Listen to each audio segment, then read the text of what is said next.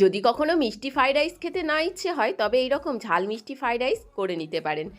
তো আধ ঘন্টা ভিজিয়ে রাখা বাসমতি রাইসটা গরম জলে দিয়ে 90% কুক করে নিলাম, দিয়ে ছেঁকে নিলাম। কড়াইয়ে দিয়ে দিলাম তেল আর ঘি, আর দিয়ে দিলাম গোটা গরম মশলা।